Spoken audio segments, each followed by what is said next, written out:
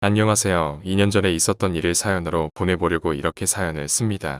저랑 친구인 녀석이 한 명 있습니다. 그 친구의 아내와 있었던 일입니다.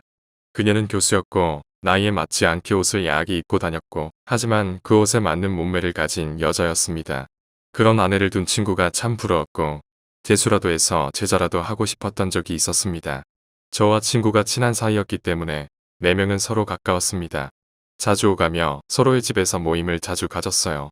심지어 코로나 풀리고 나서는 여행도 자주 갔어요. 그러다 보니 뭔가 좋은 게 있으면 같이 하고 싶고 4명이서 할 수 있는 게 생기면 제일 먼저 챙기게 되더라고요. 그러던 어느 날 사건이 터지게 되는데요. 스스로 생각해도 참, 난 미친놈이다라는 생각밖에 안 듭니다. 모든 게 혼란스럽지만 말할 곳이 없어서 이곳에 사연을 보내게 되었습니다. 사건은 어느 날 저녁을 먹으러 가는 길이었습니다.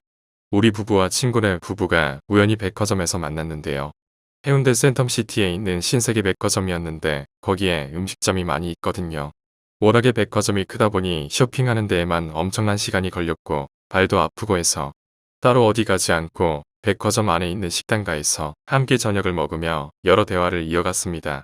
식사를 거의 다 할 때쯤 친구의 아내가 잠시 화장실에 다녀오겠다며 급히 일어서더군요. 그렇게 5분쯤 지났을 때 마침 저도 화장실이 급해 겸사겸사 일어났죠. 밥 다 먹고 나니 한번 비우고 오는 게 좋겠더라고요. 그런데 화장실을 가던 중통로 앞에 넘어져 있는 친구의 아내를 본 겁니다. 저는 깜짝 놀라서 친구의 아내에게 달려가 괜찮냐고 물었습니다. 친구의 아내는 바닥 청소를 해서 그런지 너무 미끄러워서 넘어졌다고 하더라고요. 근데 다리가 아파서 제대로 일어서지를 못했습니다. 그래서 발목이 너무 아프다며 일단은 근처의 의자로 친구의 아내를 옮겼습니다. 저는 친구에게 전화해 지금 너 아내가 발목을 다쳐서 편한 신발을 신어야 할 것 같다며 혹시 우리 밥 먹던 곳으로 슬리퍼나 편한 신발을 가져다 달라고 말했습니다. 친구가 올 때까지 일단 응급처치를 해야겠다고 생각했습니다. 발목 쪽을 만져보니 통증을 너무 아파했습니다. 그래서 일단 신발을 벗자고 말했습니다. 그렇게 친구의 아내 신발을 벗기는데 저도 모르게 시선이 친구 아내의 다리와 팬티로 향했습니다. 스타킹을 신어서 그런지 더 야하고 일자로 예쁘게 뻗은 그녀의 다리는 제 시선을 완전히 사로잡았고 부끄러운 듯 허리를 틀면서 다른 곳을 보더라고요. 그 모습마저 섹시했습니다. 저는 친구 아내의 다리를 보면서도 안 된다고 생각했으나 안 볼 수 있는 남자는 없었을 거라 장담합니다. 아프냐고 물어보는 걸 핑계로 저는 그녀의 다리를 주물러 버렸습니다. 그렇게 발목과는 상관없는 곳을 계속 손으로 주무르다 보니 친구의 아내가 그만 만지면 안 되냐고 조용히 말했습니다. 그래서 저는 당황하며 그런 게 아니라 혹시 다른 데도 아프면 큰일이라는 둥 얼레벌레 말을 흐렸습니다. 그러자 친구의 아내는 비식 웃으며 예뻐서 그렇게 만지는 거 아니냐며 웃음을 보이더군요.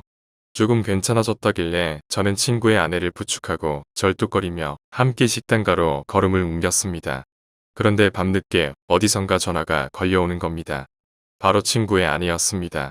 저는 전화를 받지 않으려고 했으나 자꾸만 걸려오는 전화에 난감했습니다. 제 아내는 이 밤에 누구냐며 짜증을 냈고 저는 회사 상사 전화라며 거실로 나와 걸려오는 전화를 속삭이며 받았습니다. 이렇게 늦은 시간에 왜 자꾸 그러냐고 했습니다. 그러자 한동안 말이 없던 그녀는 남편이 오늘 급하게 출장 때문에 지방으로 내려간다며 우리 집으로 오려고 하더라고요. 처음에 저는 가지 않겠다고 대답 전화를 끊었지만 마음이 가고 싶었습니다. 도저히 그녀의 유혹을 떨쳐내기가 쉽지 않더라고요.